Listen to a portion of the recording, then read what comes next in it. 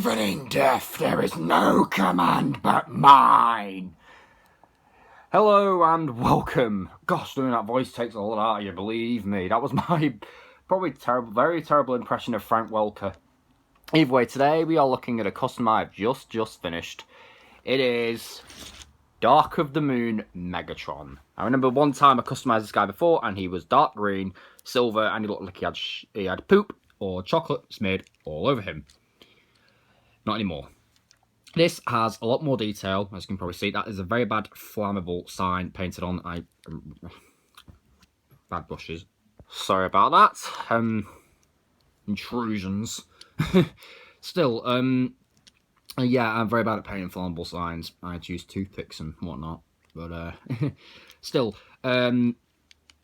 this is basically a new series I'm doing, a new series of videos where I will take a transform figure and I will customize it into a masterpiece version, at least in paint.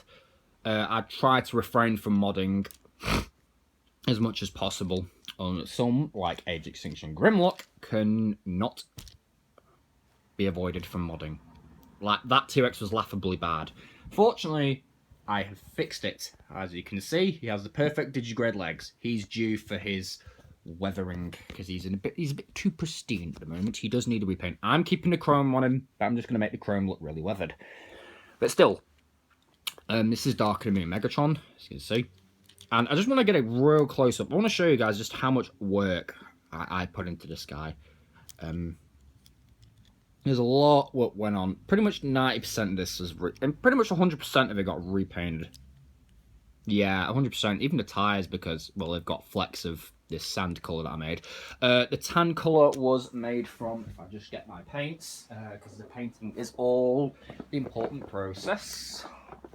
Now, in one area of his cannon, he does have this. There's a bit of a wash, like oil leaking out. He has black. He has orange mixed with brown. These two paints here, Squig Orange and Dark and Dryad Bark, create the pardon me. They create the rust effect. And I think it works pretty well, that mix. Next you have Lead Belcher. I did try silver, it was just too bright. I tried Lead Belcher, works even better. So Lead Belcher is really good for a worn dark metal, and it's gunmetal as well. So for his eyes, he has a Wazdaka red, and he does have a tiny pinprick of Squig Orange. You'll see when I show that on camera. He has, for his headlights, which you'll see in robot mode, he has Flash Skits Yellow mixed with a bit of White Scar. For the actual tan colour, I mixed 1.5 parts of Kislev flesh to... actually, no, I think it was...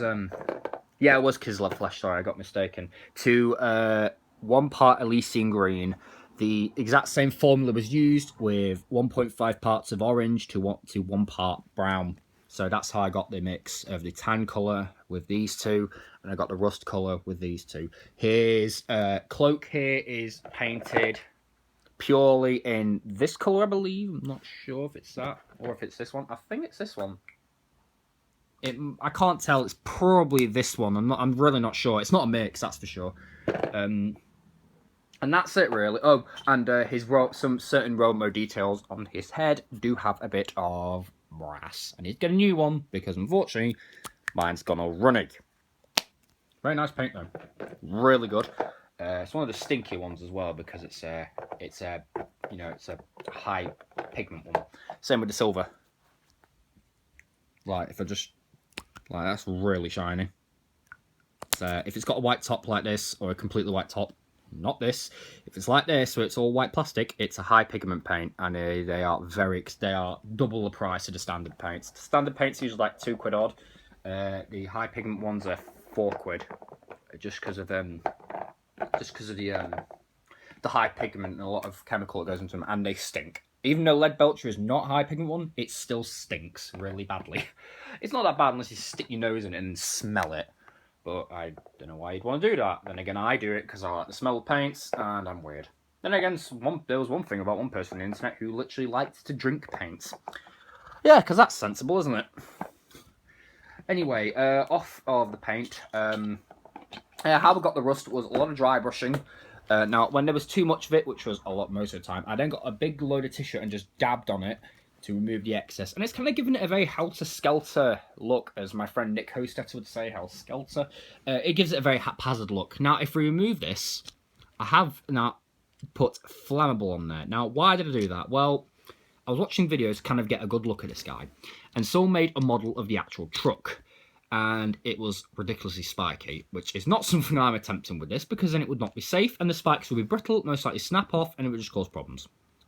Anyway, also it would interfere with transformation and stuff. Anyway, and one of the key details it said flammable on the side. I wish I'd actually put it along here, but you know what? It don't matter now. Plus, it kind of would have broken up anyway and just been a bit bizarre. Still. A very, very, very nice paint job here. A lot of rust work went into it. A lot of rust. Those details there are pretty cool. My camera's being very kind to me today. It's focusing a lot, which is good. It says Mac there. The underside is all done as well. A little bit of scrapage there. Can't be avoided. It's acrylic paint. Okay, so that's that done. Now let's get on to transformation. Okay, so the first thing you're going to do is remove this. And if you have the Dark Enemy Megatron, you know exactly how it's going to go. But for those who don't, I'm going to show it anyway. Then this flicks out. This comes down like that. It goes very fast, so I try and do it slowly. And then turn it. See how I turn it like that? It locks it into place. And there's a bit of black wash in there. As you can see, there's some... Hold on. Black wash in there to kind of look like the oil. That shade was an accident, actually. I hadn't washed my brush out and I put some gunmetal on and it kind of just mixed while I was painting that. So as you can see, this side's pretty much fine. The gunmetal, the wash hasn't quite made it look like leaky oil, which is kind of what I was hoping for, but it's not really worked. Anyway, it doesn't matter. And then you're left with this. So really, you lose this, your truck mode's absolute faff. Then we take this and we fold this around like that.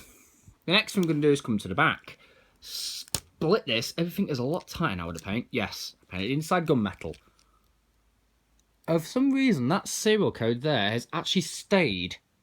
I did use a very thin layer of paint there, as you can probably see the paint's going over it. So still, we take this and we bring it down to there. And it should just friction into place. It's being stubborn with me. Then we flip the feet up, and these little notches here, this section here, we'll go into. So you just, it's a double hinge. You bring it like that, and just line everything up and have it into place. Let me just adjust my sand because I'm kind of sitting on my butt here. Right. Next, take these wheels. Oh, I forgot to mention, this guy has a gimmick where you can turn the trailer so it looks like it's going on an angle. A very cool feature. A very, very good feature. I do like it. It is a little bit brittle. When I first got this leg guard, the leg popped off, so I had to unscrew the whole mechanism and kind of glue it back together. It was a pain in the butt. So, take these wheels, and I don't want to do it now. Everything's lined up. Take these wheels, put them in. Split the legs, bend them at the knee, and just kind of get them out of the way for now. Get them like this. I'm going to elevate the camera a bit, because this is where we start to get a bit trickier. Take this piece here and flip it up. Hold on, let me just adjust the camera again. Sorry, this is flaming Nora. Actually, let me put it on this box, because this box is pretty bad, pretty good. Then take these, oh, crikey. Take these panels here and flip them down.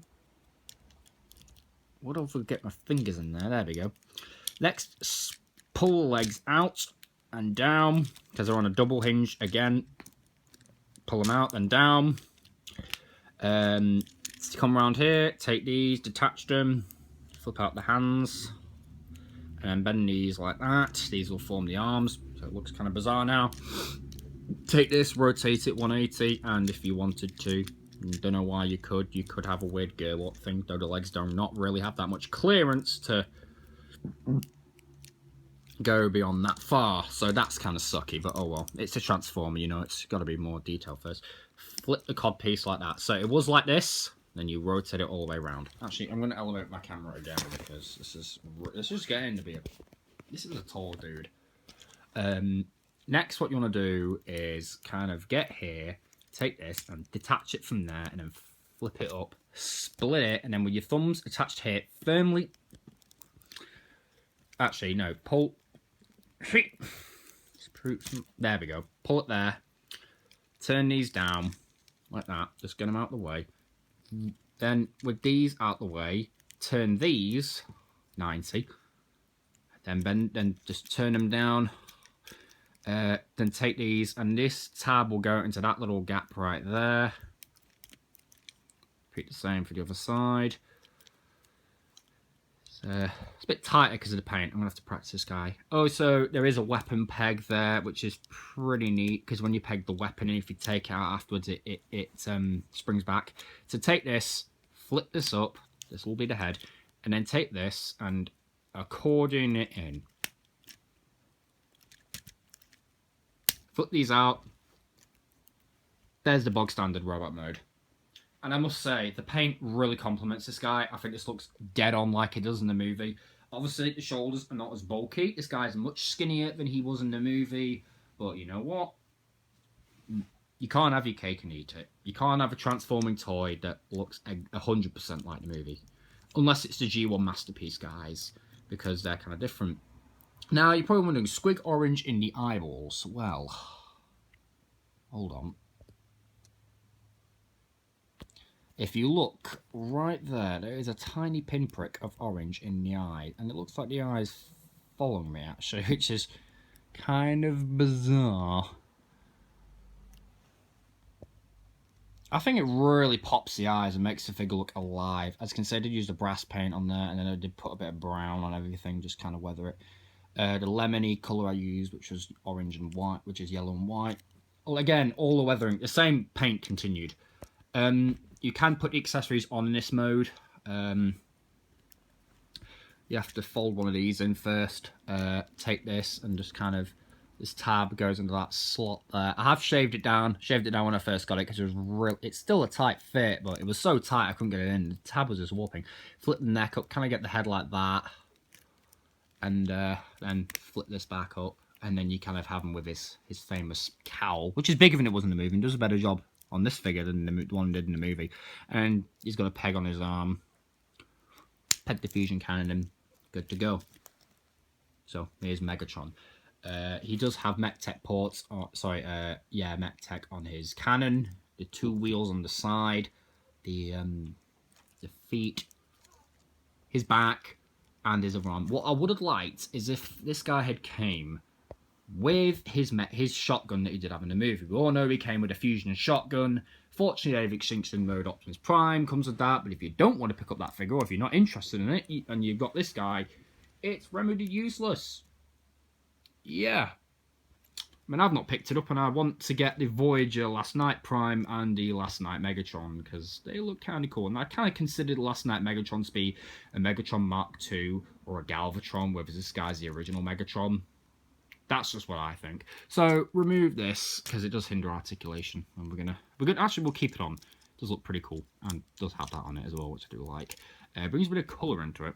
So articulation, the head is on the ball peg, goes very far up. Also, I did cut that gap out the head, so it goes that far forward, up that far down, rotates, and not really much pivot. Shoulders have a hinge for transformation that goes in and out. Yeah, it's a bit of a bizarre hinge, but it works.